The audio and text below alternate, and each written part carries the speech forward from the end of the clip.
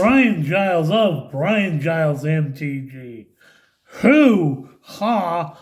We're here in a different location because it's Universes Beyond, and I'm beyond my normal universe, and we're in the lands of Final Fantasy. So, starting our spoiler list for Final Fantasy off today, we have the basic lands. There's going to be 3 different full art basics for each land. There's the plains, the islands. There's 2 of the swamps, a mountain. There's the other 2 mountains. There's a forest and a forest. And our first card is Aerith Gainsborough. Now, she's a white and 2 for a 2/2 legendary human cleric with lifelink. If you gain life, put a +1/+1 counter on her. And when she dies, put X +1/+1 counter on each legendary creature you control, where X is the number of +1/+1 counters on Aerith Gainsborough. So, hoo-ha. And they all, this special treatment is the numbered, the Final Fantasy version that they come from, which is in Final Fantasy VII.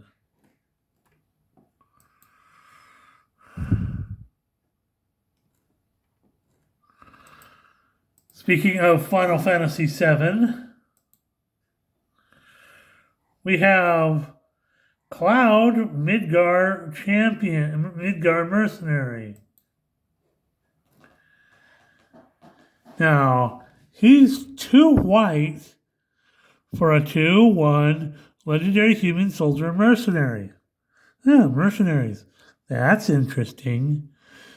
When you enter, search your library for an equipment card, reveal it, put it in your hand, then shuffle. Buster Sword, anyone? As long as Cloud is equipped, if an ability of Cloud or an equipment attached to it triggers, that ability triggers an additional time. Because we always need more triggers in white. Hoo-ha. Next up, we have the Crystals Chosen, a card that was chosen out of the first Final Fantasy game. So it's a beefy 2 white and 5 for a sorcerer reads, create 4 1/1 colorless hero creature tokens. Then put a +1/+1 counter on each creature you control. So you get 4 tokens and then some +1/+1 counters. It's kind of worth it, but it's beefy.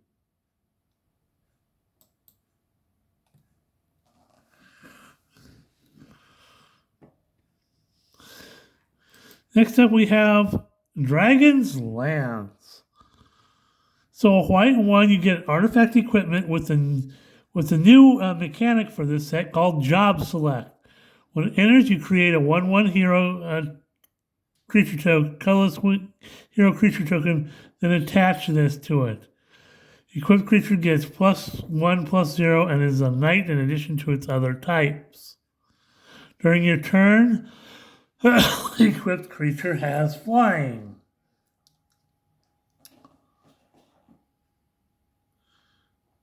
And it says Gable you can equip it for 4.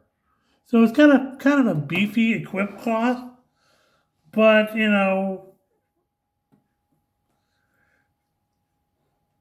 depends on what you want to use it for.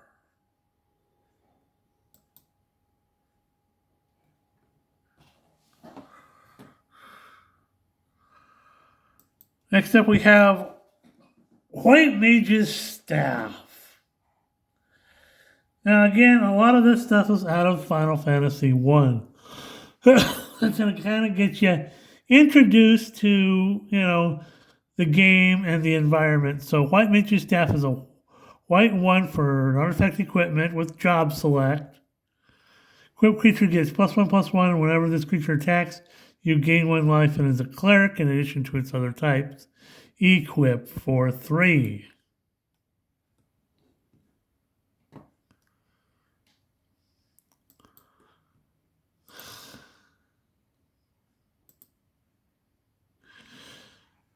Next up, we have Dragoon's Wyvern. A blue and 2 for a 2/1 Drake. When it enters, create a 1/1 colorless hero creature token. This is from Final Fantasy 11.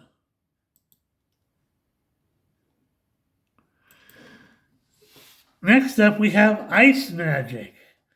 Now, this is something unique to this, to the Final Fantasy cards, and it's a type of magic that's it's a tiered system, much like the ice magic and the fire magic and the thunder magic is in was in Final Fantasy 1. It gets stronger as the higher tier spells you get. So ice magic is a blue and 1. It's tiered. You can choose 1 additional cost. For 0, you can return target creature to its owner's hand.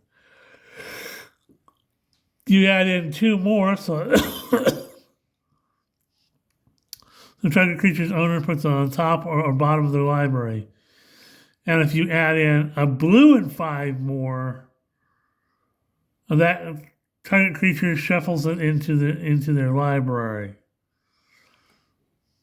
So basically, it's like a big, beefy bounce spell. The more you put into it, the bigger the effect's going to be. So next up, we have Jill, Shiva's Dominant.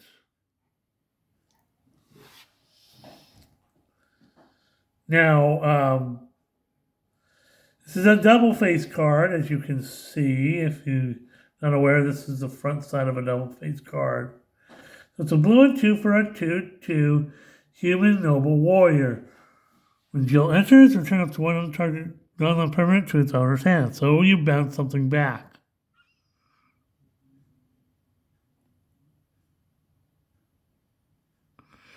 For 2 blue and 3, you can exile Jill and return to the battlefield transformed under its owner's control. And she becomes Shiva, Warden of Ice. So she's a Saga Elemental that's a 4/5. Chapters 1 and 2, target creature can't be blocked this turn. Okay. And chapter 3 is Cold Snap. I see what you're doing there, wizards. See what you're doing there, Wasi.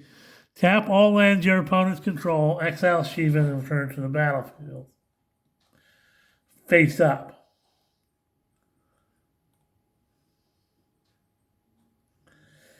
So, yeah, she's going to be annoying.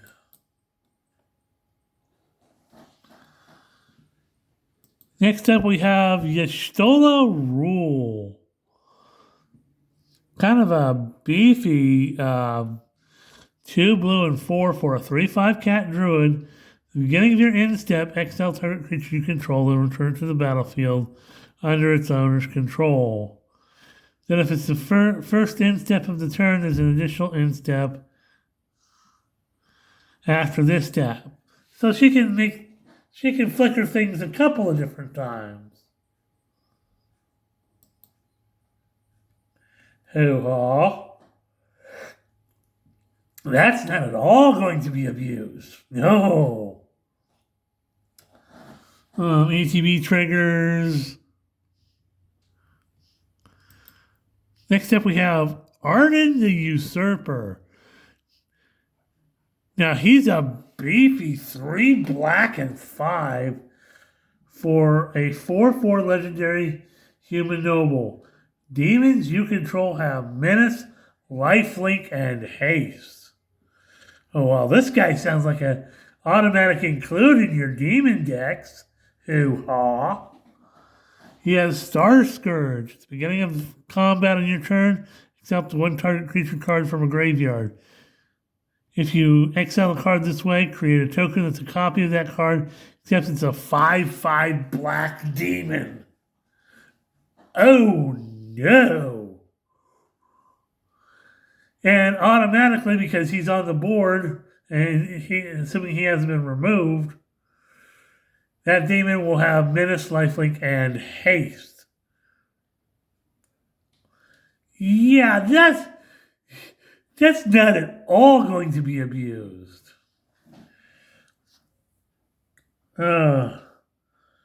Yeah, somebody's going to make a demon deck, and this guy's going to be...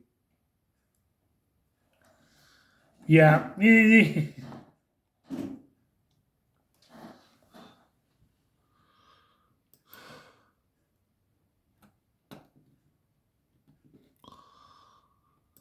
Okay, next up we have Black Mage's Rod.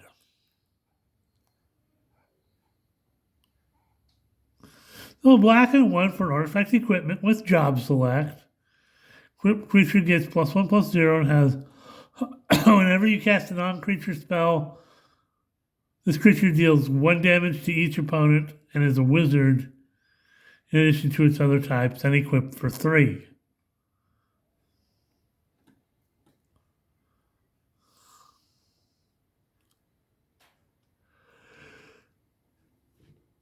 So, hoo-ha.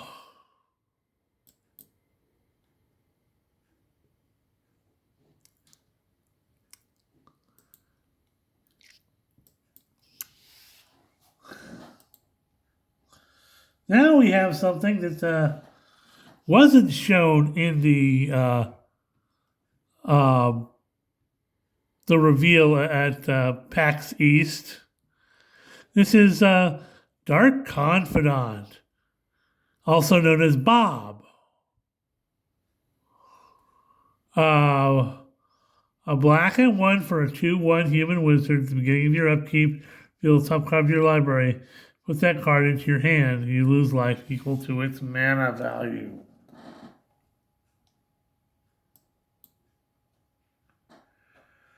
That's not always good. There's some beefy cards in this set. We've already seen that. Next up is the Darkness Crystal. 2 black and 2 for a legendary artifact. Black spells cost 1 less to cast. If a non-token creature an opponent controls would die, exile it instead, and you gain 2 life. Pay 2 black and 4. Tap it to put a target creature card exiled with the Darkness Crystal onto the battlefield, tapped under your control with 2 additional +1/+1 counters on it. Yeah, that could get nasty. 4 mana for this thing. You get cost reduction. You get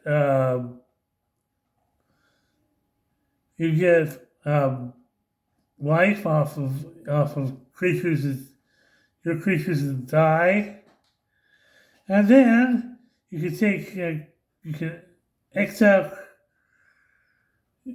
creatures.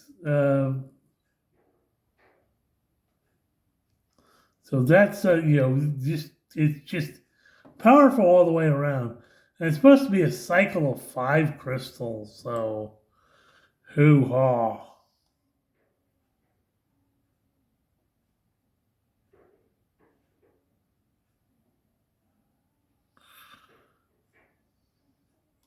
Well, next up, come on, is the first part of a meld card called Fang Fearless Icy, which is a black and 2 for a 2/3 Legendary Human Warrior. Whenever one or more cards leave your graveyard, draw a card and you lose a life. This ability triggers once each turn. This is the bottom half of what will be a Beast Avatar from Final Fantasy XIII.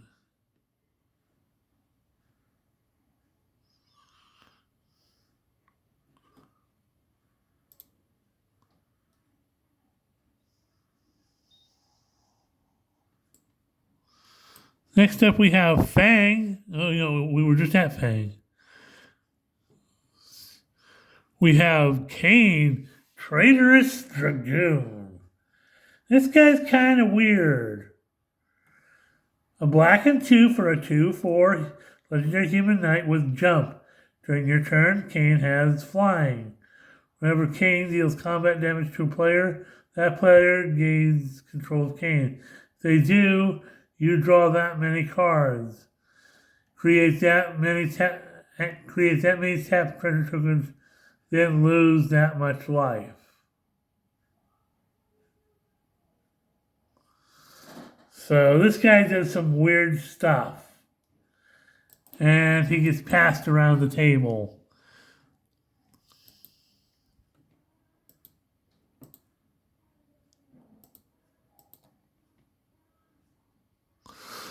Next up, we have Malboro.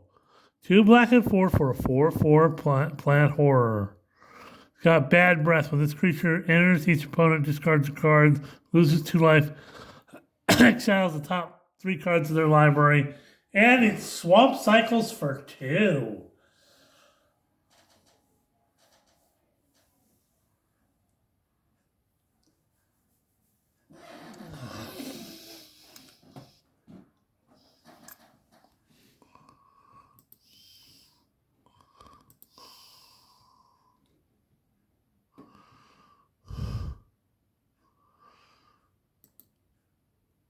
Next up, we have Sephiroth, Fabled Soldier.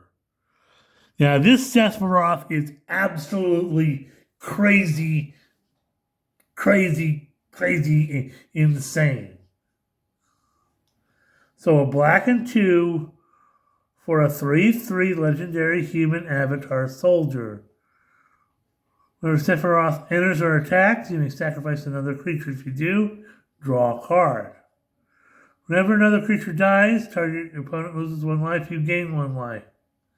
This is the 4th time this ability has resolved this turn. Transform Sephiroth, which he transforms into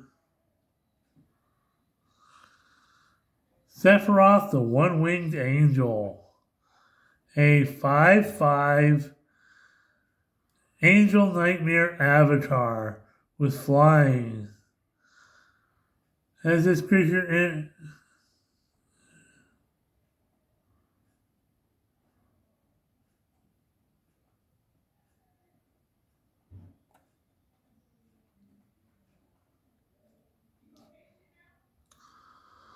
So, Sephiroth, One-Winged Angel, 5/5 Nightmare Angel Avatar with flying. He has Supernova. When he transforms into this form, you get an emblem. A what? An emblem?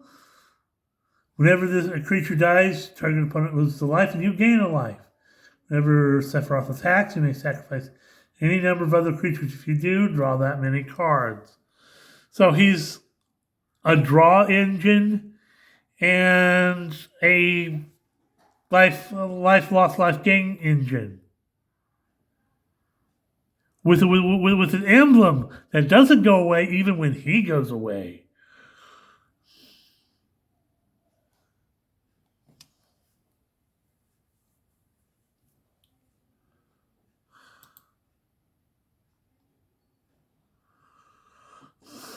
So, hoo-ha.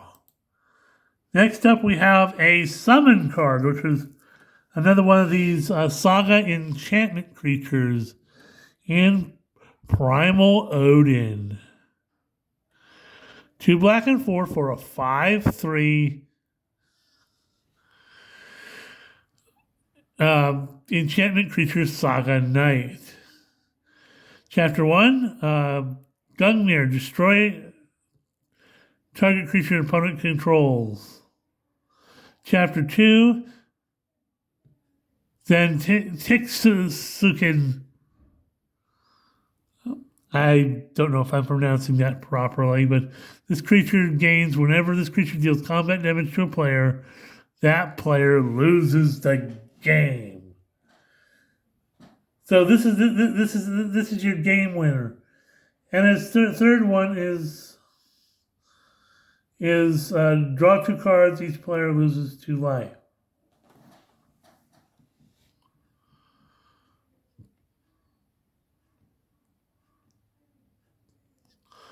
So if this guy hits on his second turn,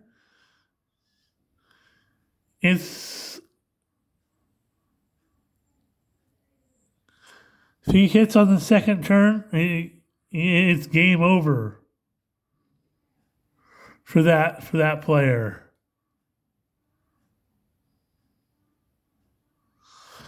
Hoo-haw.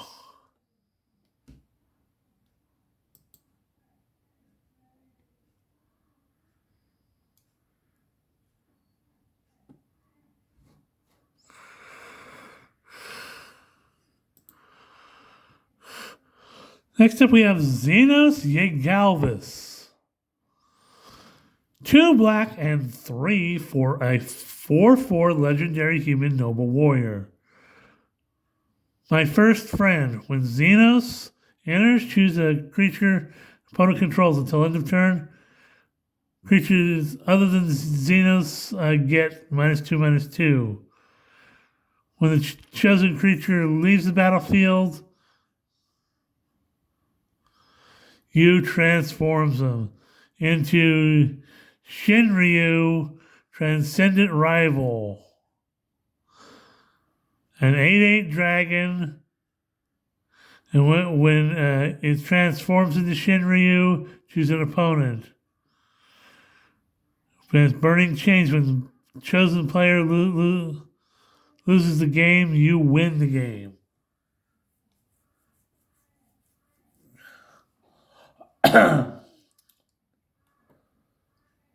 So if you use this in conjunction with Primal Odin, it's just nasty. And he's an 8/8 on top of that. I mean, he's an 8/8 dragon.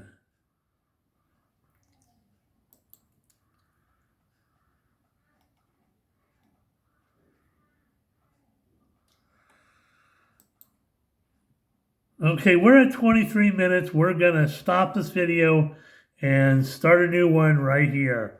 Hoo-haw.